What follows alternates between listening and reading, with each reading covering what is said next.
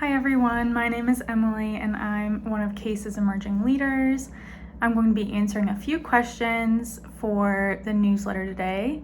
The first one is, have you ever felt a strong desire to search for or connect with your birth family?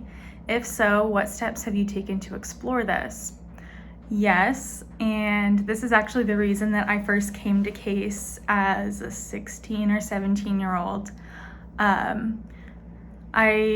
Having more insight now, I realize that my emotions were all connected to having a big part of me missing for pretty much all of my childhood.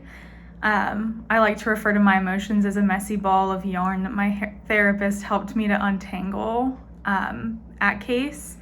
We read through the Adoption Reunion Handbook together as I approached adulthood, and I could hardly wait for the day I turned 18. I actually sent a DNA sample to Ancestry on my 18th birthday, contacted the Virginia Department of Social Services for some non-identifying information, and scheduled an appointment with Catholic Charities to begin the process of opening my file.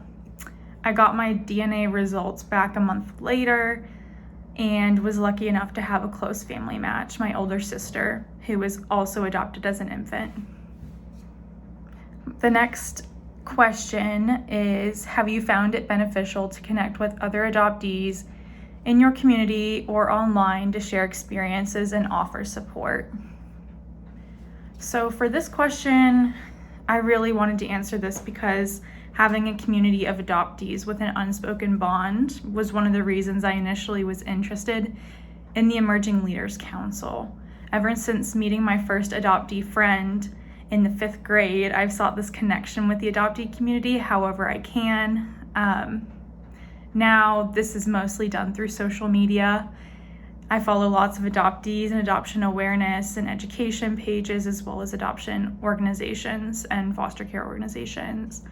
I also chose a line of work that speaks to me as an adoptee every day. I'm a therapist to children in foster care, and there's not a day that goes by where I do not think about the sometimes quite parallel experiences of my story and the stories of the kids I work with. One of my coworkers is even an adoptee, so I do have some of that adoptee community from my childhood as well as now with my coworker, which is really nice. And I love that my personal experience is valued and utilized by my agency for our practice and to better that practice and scope of competency. And then the last question is, in what ways do you incorporate your adoption story into your personal narrative, and how does it affect your relationships with friends and family? I definitely incorporated my personal narrative and think that my story would be incomplete without taking into account my adoption story. So everything from school projects to questions about siblings and the day I was born brings up my difference from others. Adoption changed the entire trajectory of who I am and who I would become. So I was raised an only child, but in birth order, I'm the youngest of 6 siblings. I'm a college graduate and social worker and therapist. I grew up and competitively danced, so I don't think I would have been a tap dancer.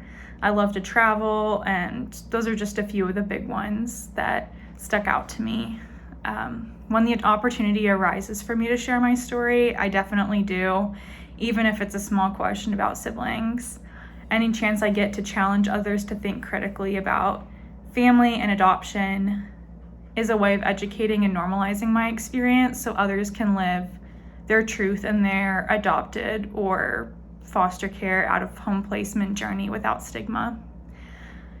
As far as inserting this into daily conversation, I do my best to insert snippets of anything tied to adoption. This could be my emotions, my experience of search and reunion, what my life could have been like if I were kept by my birth family or even raised alongside my older siblings, because I have 2 who were also adopted but into different families. These are topics I used to avoid at all costs, honestly, before I went and received services at C.A.S.E. I still have a ways to go in really incorporating these aspects of my life into my story. But this vulnerability has only, I think, strengthened my relationships with my family and friends.